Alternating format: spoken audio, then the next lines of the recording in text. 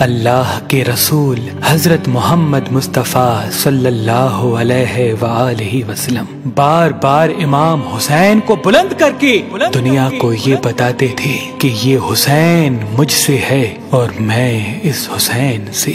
اے لوگو، اگر اس حسین پہ کوئی مشکل وقت آ جائے اور یہ تم سے مدد طلب کرے تو اس کا ساتھ دینا، کیونکہ یہ جنت کے جوانوں کا سردار ہے، میرا خون ہے، میری اولاد ہے۔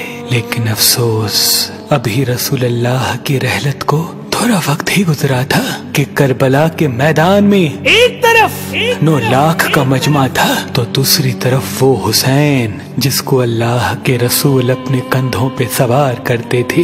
امام حسین علیہ السلام اپنے نانا کی امت سے بار بار کہتے رہے کہ کیوں میرا رستہ روکا ہے؟ اے لوگو، پہچانو، میں تمہارے نبی کا نواسا ہوں۔ کیوں 3 دن سے میرے بچوں کو پیاسا رکھا ہے؟ کیوں میرے عزیز و اقارب کو شہید کیا ہے؟ بتاؤ، کیا میں نے رسول اللہ کی شریعت میں ترامیم کی ہے؟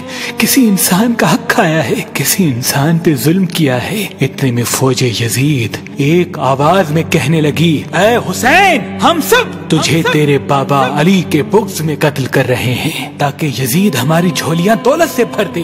امام حسین نے فرمایا، اے لوگو، آج جس اسلام کا علم تمہارے ہاتھوں میں بلند ہے، یہ علم میرے بابا علی نے بلند کیا۔ مت بھولنا، خیبر و خندق میں اگر علی نہ ہوتے تو اسلام کی فتح ناممکن تھی۔ وہ علی جس نے پوری زندگی اسلام کی تبلیغ کی، حق کو بلند کیا، رسول اللہ کی حفاظت کی، آج اس علی کو یہ اجر دے رہے ہو۔ اے لوگو، بتاؤ، اللہ کے رسول نے بار بار میرے بابا علی کا ہاتھ بلند کر کے فرمایا تھا کہ جہاں حق ہوگا وہاں علی ہوگا، جہاں علی ہوگا وہاں حق ہوگا، اور آج اس علی اور اولاد رسول کو یہ اجر دے رہے ہو۔ اتنے میں یزید کی فوج کے سپہ سالاروں نے دیکھا کہ کہیں فوج میں بغاوت نہ ہو جائے۔ اے شمر، کیا دیکھ رہے ہو؟ حملہ کرو۔ بس لاکھوں کی فوج نے جب رسول اللہ کے نواسے پہ حملہ کیا، امام حسین علیہ السلام نے اللہ کا نام لیا اور ذوالفقار کو نیام سے نکالا۔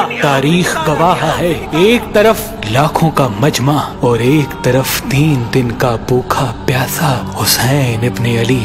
زمین پہ اس طرح کی جنگ پہلے کبھی نہیں دیکھی تھی کہ ایک تنہا انسان لاکھوں کے مجمع کو اس طرح سے فنار کر رہا ہے کہ فوج اشکیا واپس پلٹ کے بھاگنے لگی۔ امام حسین فوج یزید سے مخاطب ہو کے فرماتے ہیں، آؤ، 3 دن کے بھوکے کی جنگ دیکھو، 3 دن کے پیاسے کی جنگ دیکھو، رسول کے اس نواسے کی جنگ دیکھو، اس کی جنگ دیکھو جس کا جوان بھائی مارا گیا، جس کے جوان بیٹے کو نظروں کے سامنے قتل کیا گیا، جس نے اپنے ہی ہاتھوں سے اپنے بچے کی قبر بنائی۔ امام حسین شیر کی طرح فوج یزید سے لڑ رہے ہیں۔ اتنے میں آواز غائب آتی ہے، حسین، تیرا اللہ تجھ سے راضی ہوا۔ بس اس صدا کا سننا تھا، امام حسین علیہ السلام نے اپنی ذوالفقار کو تھام لیا۔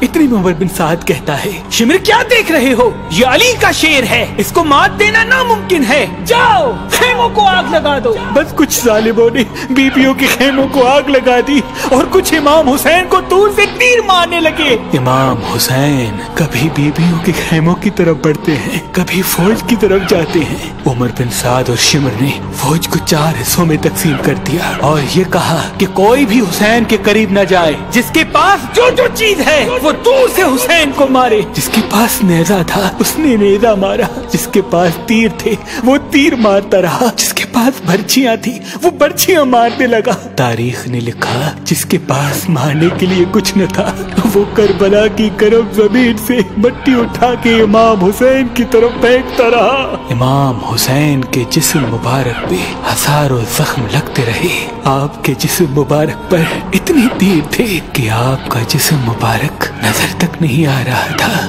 بس جیسے ہی نواسا رسول گھوڑے کی زین سے زمین پہ آتے ہیں، فوج یزید جھومنا شروع کر دیتی ہے، لیکن اتنے میں وہ گھوڑا جس پہ آپ سواری کیا کرتے تھے وہ امام حسین کے چاروں طرف گھومنا شروع کر دیتا ہے تاکہ ان تیروں سے میں اپنی آقا حسین کو بچا لوں۔ وہ گھوڑا دوڑ ہی رہا تھا، اتنے